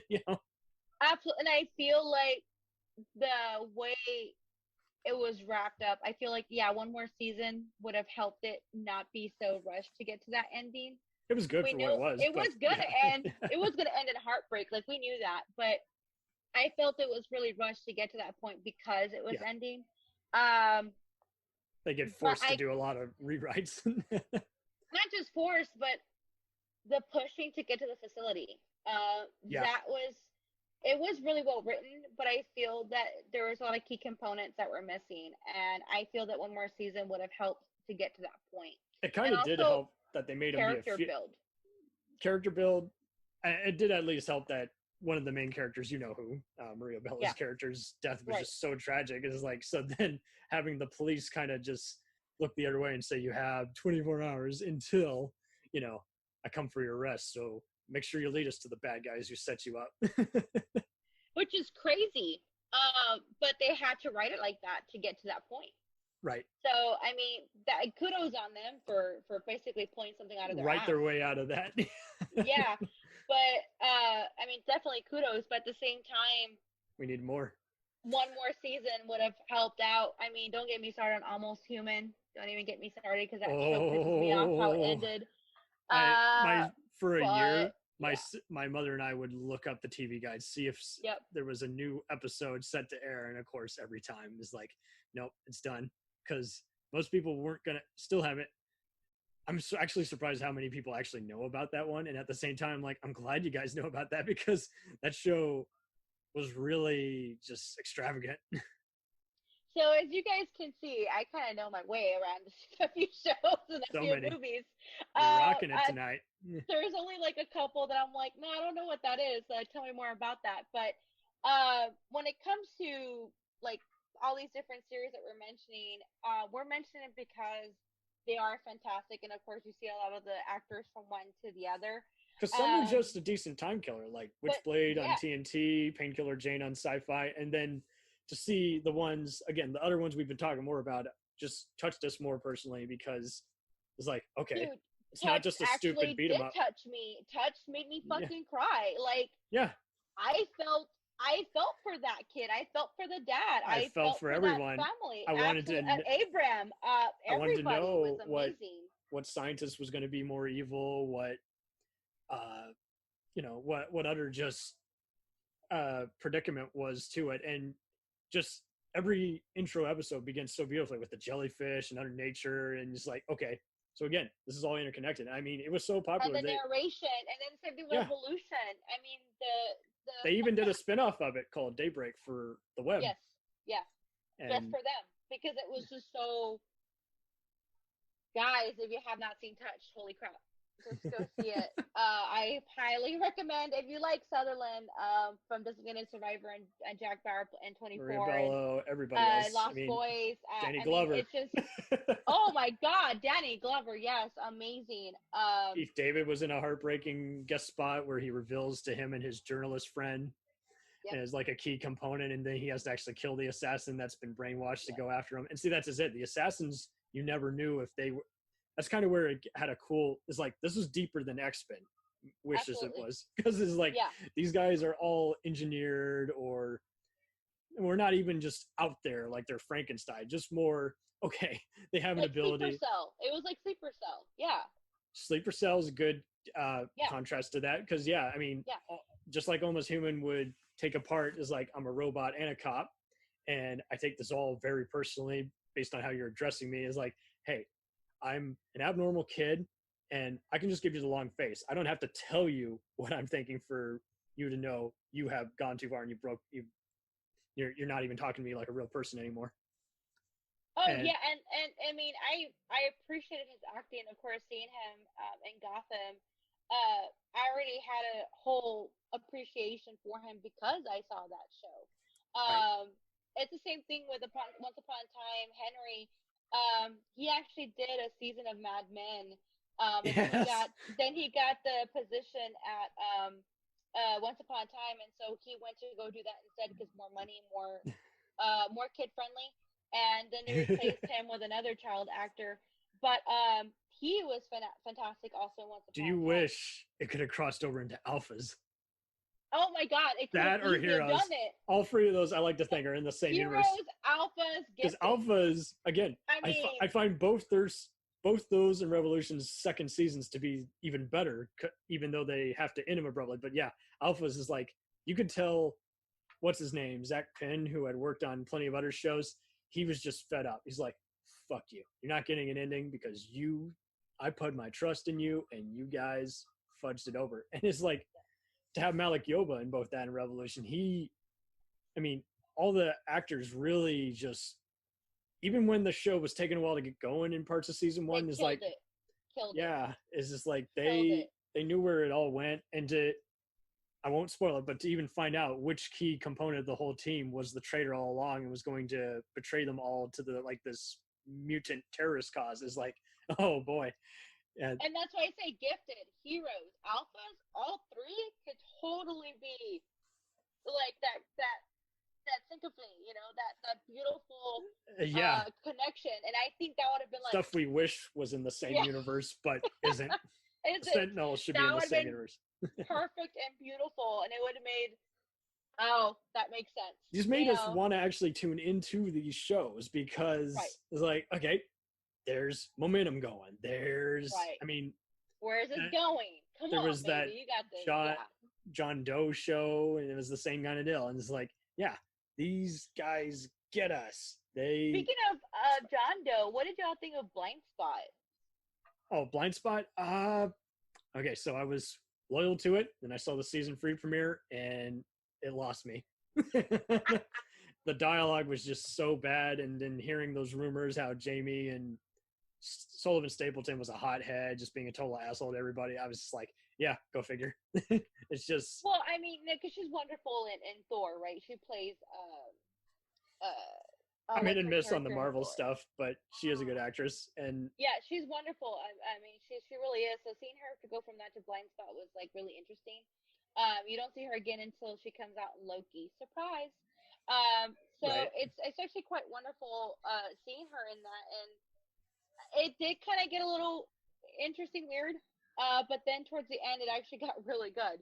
I had trouble struggling for season 5. I know it was a struggle. I got through it, and now I'm actually cried at the end. I guess the main issue was season 2. What's his name? Who, yes, worked on Stargate Universe. I think they spent so much time just wasting, just trying to get to the 12, 13 episode order, and it's just like, okay, but this doesn't have anything to do with these tattoos, and what are the chances? It's just, you're really just I think grasping for straws type of thing. And then they threw out all the other cool stuff. I mean, when it started out, it definitely felt like Memento meets Born Identity, and then they even said in interviews we're trying to be more like 24 and Die Hard, and it's like, well, I don't know. And also Dark Matter, she didn't know who she was. Right. it all comes around, and I guess you could say had the leads just gotten better together on set, I think it would have just really just kept alive. It's just for whatever reason, I guess I spent so much stupid time on that adopted brother. I was digging more just the evil mom, Michelle Hurd's amazing. And then... Dude, she is phenomenal. Totally. She's on Ash vs. Evil Dead, Law & Order, and now she's on Picard, and I'm like, you are the geek goddess. She is so beautiful. I mean, she really is a goddess. I mean, her and Jerry Ryan in one freaking shot. I was too much hot to handle. It was just so much. Yeah, she's just a very exotic mixed kind of person, and just seeing, I mean, she can play all these kinds of characters. Even she's had some very awesome guest spots and brief recurring roles, even on other stuff like The Practice and Bones. And I'm like, damn. Oh yeah, I love Bones. But yeah, I mean, she had some really great stuff. So again, guys, it's it's this whole back and forth. I know we keep jumping around, but it's But because Blind Spot, I there's mean, so many connections there. do you wish they from could have other focused things. more on the one Latina agent's gambling problem? Because they kind of just stopped talking about it after a while. They didn't know what to do with it. They then were just like, put her on a leash. The And then, weirdest thing for me was Bill Nye coming on there. and yeah, as a playing Dad. scientist in a straight face role, I was like, okay, I guess everybody's cameoing We're as just himself. gonna give him. I mean, because he came out in Numbers too. So Yeah, I'm not really surprised to see him there, but to be playing someone's dad, and asking him for advice, and also in SG Atlantis, he was also in that. So that was a hysterical episode. that was and a Neil- great episode. Him and deGrasse Tyson saying, I don't know what the hell you guys got us into, but and of sit course, down. let me David Hewlett's like trying to figure this shit out. But it is wonderful seeing him doing things that are not just TV, like, you know, segments. Like he's actually in TV shows. Totally. But it's kind of feel like I'm here's going the to believe science. it if it comes from his mouth. Right, but that they needed that credibility because Yes. his daughter, scientist or hacker person, she's a wonderful actress. I have nothing against her, but it's when it comes from him, you have that credibility that you really need for a show. Hence Numbers. It makes me wish they had introduced him earlier, you know? Yes, and not like season bajillion. Like It was towards the free, end. and then 5 when it was just dragging, and Stapleton was being a dick to everyone on Like set. Bill Nye made sense in SG Atlantis because he was dealing with other scientists, so it makes sense that he would be in a science symposium. It makes sense that he would be in Numbers because he's a professor. It would make sense that It he'd all be conjures there. up. But And why would the FBI use him comes when they have more, better, higher you know what I mean? I don't know. Maybe they're not that scientific as we want to believe, since it took so long to crack down on we these need hackings. credibility. Who do we get? Well, let's get Bill Nye. He does TV. He knows what he's doing. We need credibility. And that, to me, was more far-fetched, the FBI calling on Bill Nye for help than the other shows. I mean, it was already But far-fetched he to did it in begin Numbers, with. and Numbers was FBI. So I guess I can't say shit, but he wasn't playing a dad. He was playing professor. He was playing an actual scientist. He was playing someone's dad who just so happened to be Bill Nye the Science Guy. And they even said, your dad's Bill Nye the Science Guy? Wow. Yeah, and it's like, really, guys, you had to go there. So, I mean, to digress, I guess is what I'm saying, is that that was more of a problem for me than, you know, they stopped the writer's trying to write him out and still doesn't work, and yet you're glad that he's still part of the canon, but yet it's like, yeah, guys, you should have thought this way better. I mean, it didn't even have to be 5 seasons. It should have just been 3 perfect seasons. Yeah, and that's it. Call it a day. Because that's why when I was talking about Expanse, you know, we're on season 5. Right. And then season 6 is planned, but will that be the last? So maybe, I mean, it doesn't help that, I mean, we saw Netflix during the pandemic just buy so many other shows from Crackle and DirecTV, and it's just like everybody is trying to get, you know, they're going to make even more money back when they syndicate it, you know, especially the producers. And so that's the main predicament. You know, it used to be you could be 3 seasons and it gets a syndication order. Now that they're playing hardball, these networks. So now if it doesn't get to 4 seasons, you don't really get as big a payday. I think everyone just needs to just stop messing with success. And at the same time, the writers need to be reminded, don't take your sweet time. Have plenty of backdoors. You don't want 8 seasons for 100, 10 seasons for SG1. And stop trying to imitate everything. It doesn't have to be like Lost or X-Files. Right. Lost was like a bajillion. I just kind of feel like, and you know, there's a time to end things and there's a time to continue. And if it's getting too messy, that just annoys us because we're like, why do these people keep making stupid mistakes? Correct. And I think that's why with Touch, yes, 1 more season, great. More than that, no. You know, I mean, it Expanse 1 or 2 seasons, that's it. The 100 should have stopped at season 5. Called it a day. Right. You know, there's just some that are over too much and not enough. And I think that Dead Zone lasted quite a while, and it was always kind of the sleeper hit of the show, Correct. and it's like now I'm just now getting into it. I've been meaning to watch it because I would always see parts of it when it went into syndication, but it was just so funny Right. how you never really know what audience is for what until you pretty much just see, because like everyone just relies on the numbers. It's like there's plenty of people who were just videotaping it and not tuning in live. Well, I mean, Yes, look at Blind VCR was a Spot, thing. right? It lasted way too long, Too long. and it got super weird and messy. And then they tried to they had I liked how they had a different boss each season, but then that got old after a while because it's like, okay, so who's going to take over the unit this time and say you're out of line? It's like, okay, and this is going on in New York. I think they would have a way more organized task force. It was like, yeah, it was messy, and I know they had personal lives, but it was getting too involved with their personal lives. I Yeah. felt like they were trying to do Bones 2.0 with Blind Spot. Bones was definitely a good example because as long as Bones went on, I mean, again, it was just critic proof because again, the characters were just so inviting that made up for whenever the story wasn't the best that week or formulaic or okay, it works for a And comedy. these actors, not that they were bad in Blind Spot, but they needed more coaching. Honestly, they needed more guidance. They did, because Rob Brown, such a wonderful guy in Finding Forrester, and they kind of kept having his character just be the red shirt of Star Trek, the one who's going to get injured in an explosion, or almost killed. It was like, come on. Oh, it reminds me of Sergeant Seiler in SG-1, Yes. Seiler. Always the guy getting injured. Right. And even funnier how that Seiler. was Richard Dean Anderson's stunt double. That's good stuff. But they, but he was also like the guy, that would do all the stunts. So they had to bring him in. So I thought that was guess awesome. what? But you know what other show he coordinated that's connected to some of what we've been talking about? He was the stunt coordinator for Psych. no way! That's freaking I told hilarious. him, and I identified him as one of the victims in one episode, and I shared that photo with him on Facebook, and he's like, "Oh man, that show's a trip." He's a funny guy. That's so cool, though. Yeah, I mean, you have to have that kind of sense of humor when you're doing SG-1, especially all those doing stunts that he kept all these doing. Canadian shows is like, yeah, it's not going to look entirely like Santa Barbara or Connecticut, but that's what we got. It's the hand we got. That's what we got. I mean, I did love the world that they landed in Dark Matter.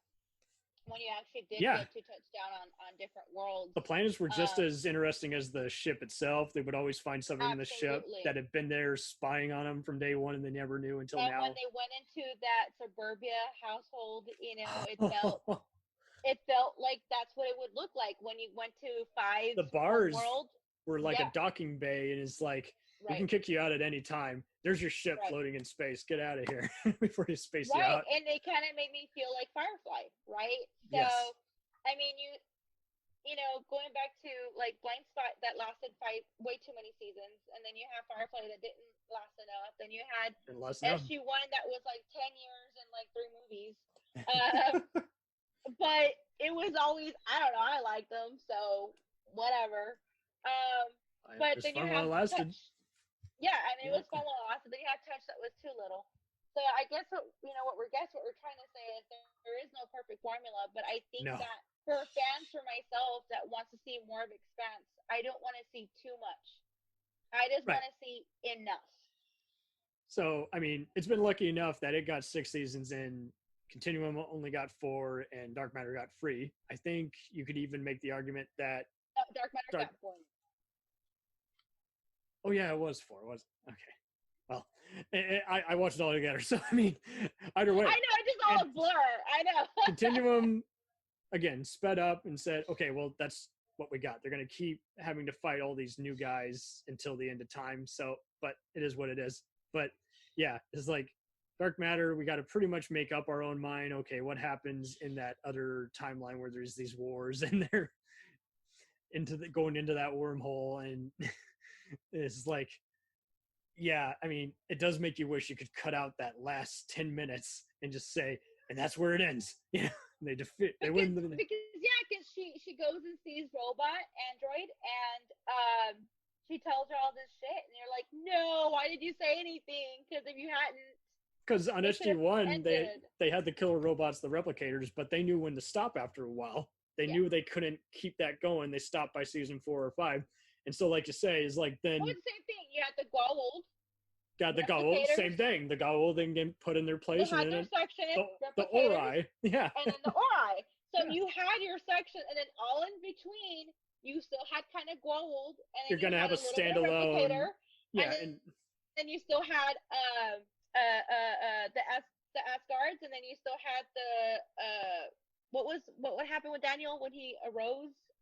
yeah, he went with the ancients, yeah, and so The then ancients. So yeah, you had different factions. I mean, in the beginning, you could kinda tell get they the old- outlined it and had a trapdoor Correct. for okay, actors unavailable, or and even before certain actors left, there were plenty of episodes where it was just them hallucinating in a mirror universe, and that was fun, just like on any track type, thingamabob. And like you And then say, you had your fun episodes with Teal'c with a fro.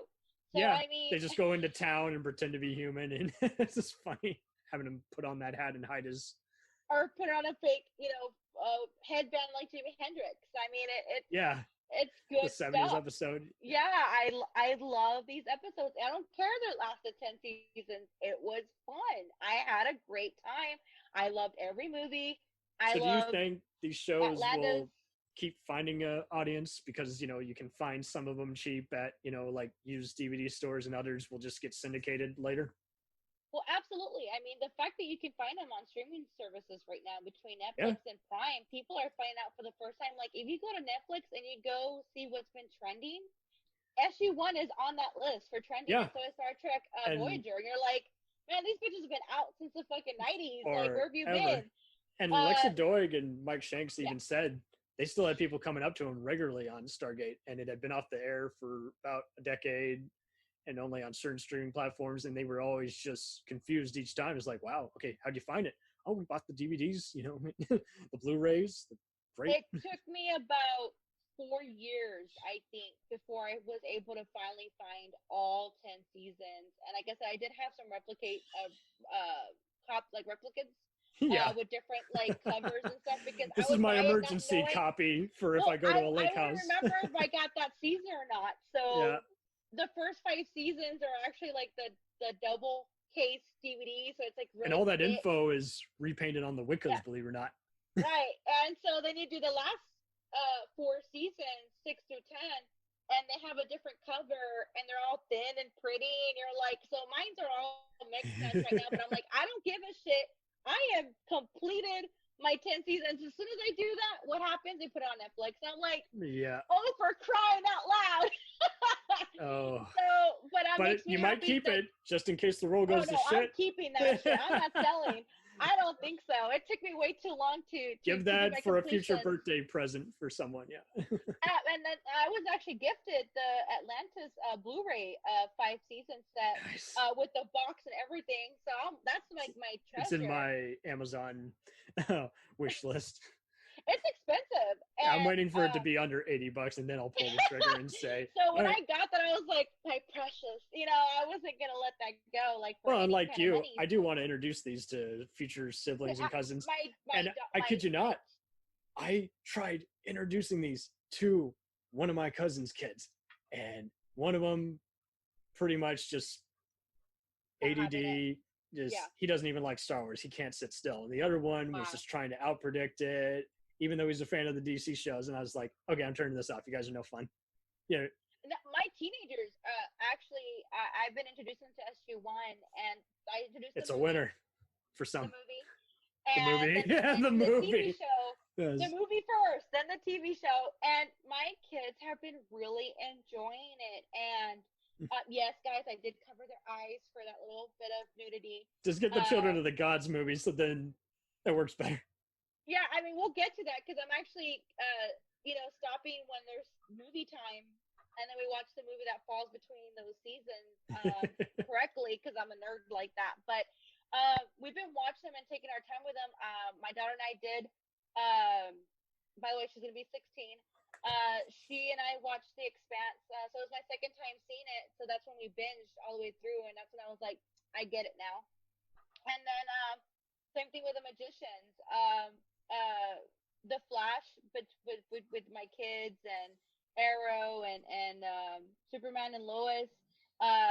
This is us with me and my daughter because she's the oldest one. My son is not into that, and it's not really a younger kid. So, I mean, he's 13. It's a 30-something really, type show where you got to he's be 13. into. That's not really for him. But you know, it's kind of cool being able to see these shows and them being interested for the first time, seeing them that you've already seen and loved, and getting excited with them. And you know, they're huge fans of Star Trek and Star Wars, and you know, these are things that I've been introducing to them, and they've really been enjoying it to the point where my daughter's a huge Star Wars freak.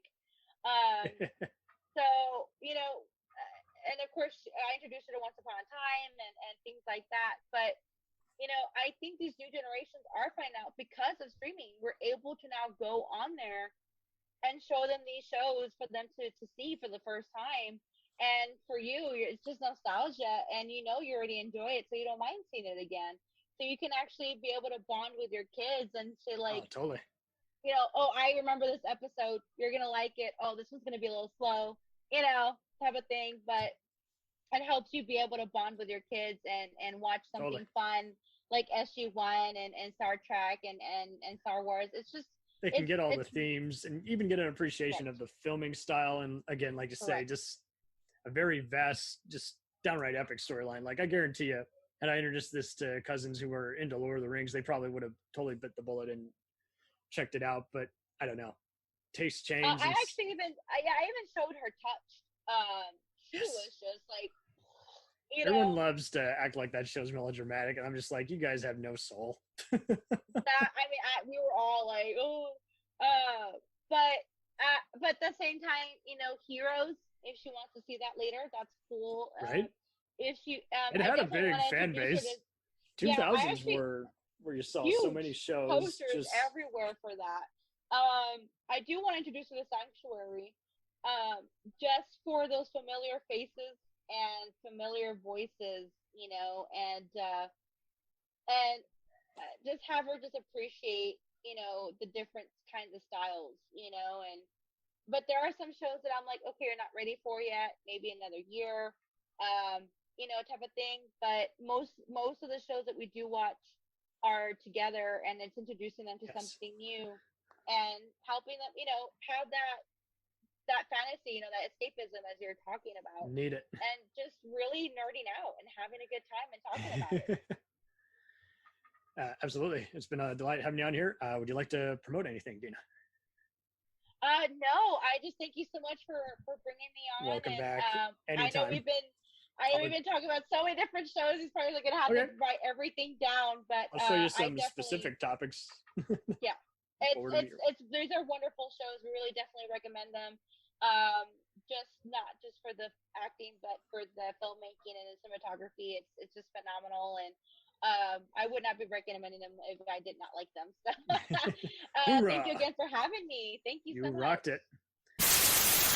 We'll return after these messages.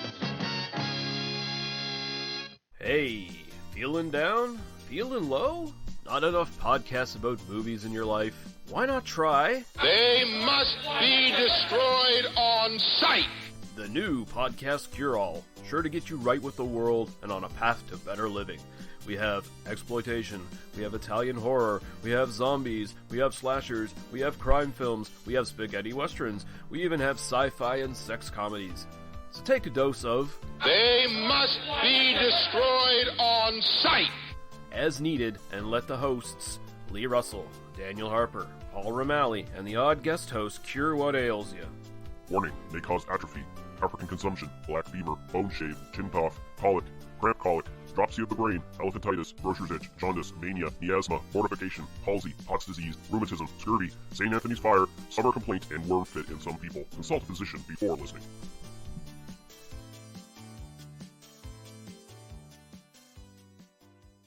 Hey, I heard you like movies. I heard you like to hustle. I heard you like podcasts. Well, guess what?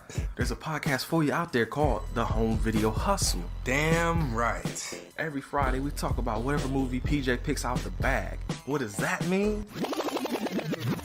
Every Wednesday on our YouTube page, I put a bunch of movies in a bag, and PJ picks one out at random.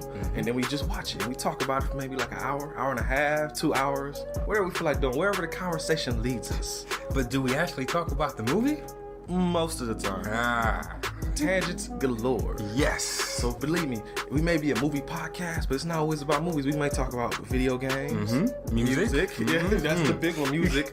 Sometimes we might get a little bit of politicalness in there. Yes. Sometimes we may just, we know what we like to do. We like to tell stories, PJ. Yes. I am the master storyteller of the podcast realm. Undefeated. So if you like to hear about movies, video games, whatever foolishness comes to our mind, the most random stuff you could think of, check out the Home Video Hustle. You can find us on the Stitchers, the Google Play, Apple Podcasts, what else? Podbean, What else? Podcast Addict, Goddamn. all that. Ain't no reason you can't get your hustle on. We everywhere, worldwide, baby. Hustle, motherfucking hustle. Hey, we can't cuss in the promo, PJ. We gotta be family friendly. There may be podcasts out there that don't want his hair say all that good fun stuff. Well, you.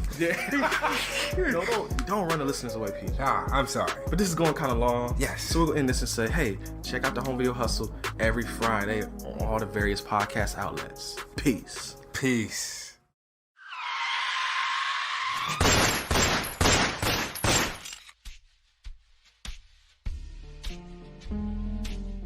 As far back as I can remember, I always wanted to be a gangster. And while Witch didn't make it to the top of the world, he did make the Gangs of Hollywood podcast. So join the gang and enjoy a movie review podcast about movie gangs, gangsters, mobsters, and the mayhem they cause. You can find GOH Podcast on Facebook, Twitter, and Instagram at GOH Pod at www.gohpod.com, as well as your favorite podcast listening app. And remember, say hello to your little friend for me.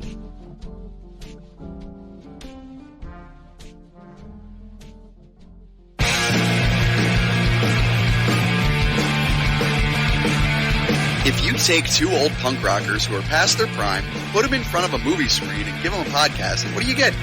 Cinema Punks. Cinepunks. It's the mixtape of movies.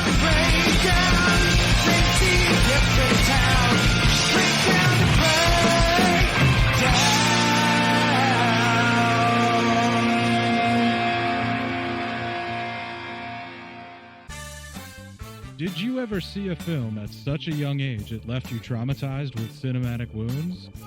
Necrophilia. It's a dead issue, man. Don't push it. Cinema Psyops is a weekly podcast documenting an ongoing experiment on the mind of an unwilling test subject. No one should have to watch this movie. Oh, no one should have to watch this? No one should have to watch this movie. Surprisingly, it's not a topic that a lot of people really want to tackle. I'm shocked, Prudes. I know, really. Right? It's the next sexual frontier that no one wants to explore. I am, in the most sincerest of senses, disappointed in you. It takes a powerful goddess like Connie, jam her arm down the monster's throat and kill it. Oh, I'm still tripping out over that. Even as a kid, I was like, I gotta find a girl like that.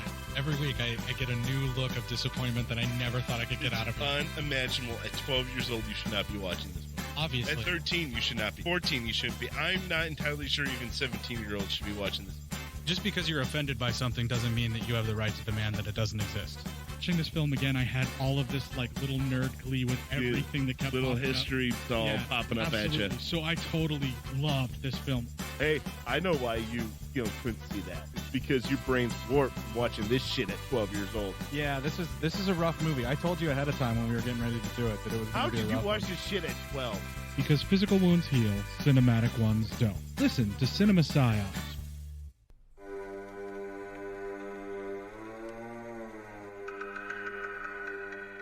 Hey everybody, I'm Corey. And I'm Zach, and we're the hosts of Podcasting After Dark, a cast dedicated to late-night horror and sci-fi of the 80s and 90s, often found on HBO and Cinemax. You know, the movies your parents didn't want you watching as a kid. You can find us every other week on Apple Podcasts, Spotify, Podbean, and Stitcher. This is what you want. This is what you get.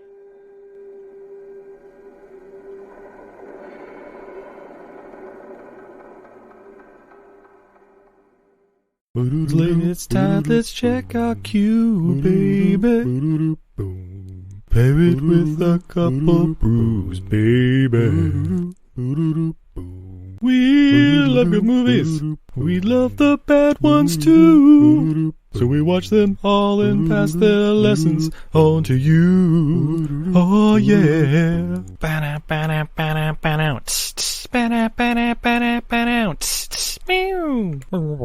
Everything I learned from movies helps to make life a little bit groovy. Whether one last plot holes or gratuitous movies, it's time to get busy with your friend Steve and Izzy at eilfm.podbean.com. Welcome to Who Was She podcast. I am your host, Tara Jabari. After a decade working in documentaries, marketing, and all things digital media, I found that podcasting is a strong medium to share stories. After years of producing for others, I decided to start my own biographical podcast. Who Was She will focus on the life of a woman throughout Baha'i history. The first season is about Lydia Zemenov. Lydia's story explores the subjects of the power of language and faith. Her father invented the universal language Esperanto, and she came from a Jewish family and became a Baha'i. She grew up during World War I and was killed during World War II in a concentration camp, despite heroic efforts to save her life. How can one person's life intersect with so many others, connect across borders, and inspire a biography which inspired this podcast? Over the next few weeks, I will share her story with you and the lives that were most affected by her and those who affected her life as well. They include her father, Ludwig Zemenov, her spiritual mother, American journalist Martha Root, and the Baha'i German soldier Fritz Mako, who worked for the resistance undercover while having to serve the Nazi Party. I want to thank the author Wendy Heller and George Ronald Publishing for their blessing to let me use Heller's biography, Lydia, The Life of Lydia Zemenov, Daughter of Esperanto, as a main and instrumental resource for this podcast. So please subscribe and learn about this amazing woman who traveled through 3 continents in an effort to bring unity through the power of language. You can also find more information on our Instagram, Facebook, and Pinterest at Who Was She Podcast. Music was composed and performed by Sam Red. I am your host, Tara Jabari. Join us next time as we begin our journey about Lydia Zemenov.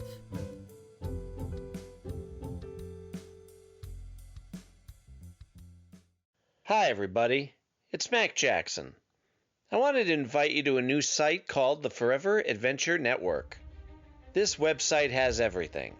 Pictures, videos, blogs. There's original music by Harmony Constant, 2 podcasts. One is the MacGyver podcast, where we celebrate Richard Dean Anderson, his iconic roles, and how it's influenced our lives. There's episode discussions, interviews, and life conversations. The second podcast is the Never Gets Old podcast, where we celebrate all the best things that we love in life, from TV, movies, music, and comics. The site is also the home for the MacGyver SG-1 audio series, an ongoing adventure series that continues the adventures of MacGyver and SG-1. There are also multiple stores to choose from for all of your pop culture and adventure needs. Come on by and check us out today. And thanks for joining the adventure. Are you sick of the same old stale podcasts? Well, then join Vanessa and Darren as they dissect movies of all kinds. The 2 lifelong cinema lovers bring their favorites, curiosities, and first-time watches to the operating table and inject them with a healthy dose of snark. Then there's the waiting room, where they examine books and short stories. So just look for them on Apple Podcasts and where fine podcasts are available. They're part of the Legion Podcast Network. Follow them on Twitter at VDClinicPod. Join them on Facebook at facebook.com/groups/VDClinicPod. Or email them at vdclinicpod@gmail.com. They're ready to cure what ails you. And still, they just might be a little contagious. Hi there. It's Heather from the Watching Netflix Without You podcast. Did you know that there are over 1,200 Netflix original feature films and documentaries? And that number is only growing. So I've made it my mission to watch as many as I possibly can. Then, with a delightful guest or guests, disclaimer, more often than not my brother Ryan, we spend an episode rating, reviewing, and discussing a film at length. The first half of every episode is spoiler-free for those who haven't seen it yet, and in the second half, after a very clear spoiler warning, we dive into it. And that's really about it. You can listen to Watching Netflix Without You on Apple Podcasts, Google Podcasts, Spotify, and more. We now continue with our program.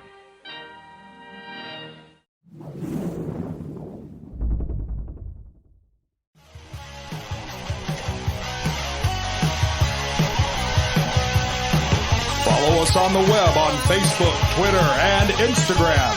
The podcast is available on Podbean, Spotify, iHeartRadio, Anchor, Apple, and anywhere else podcasts are available.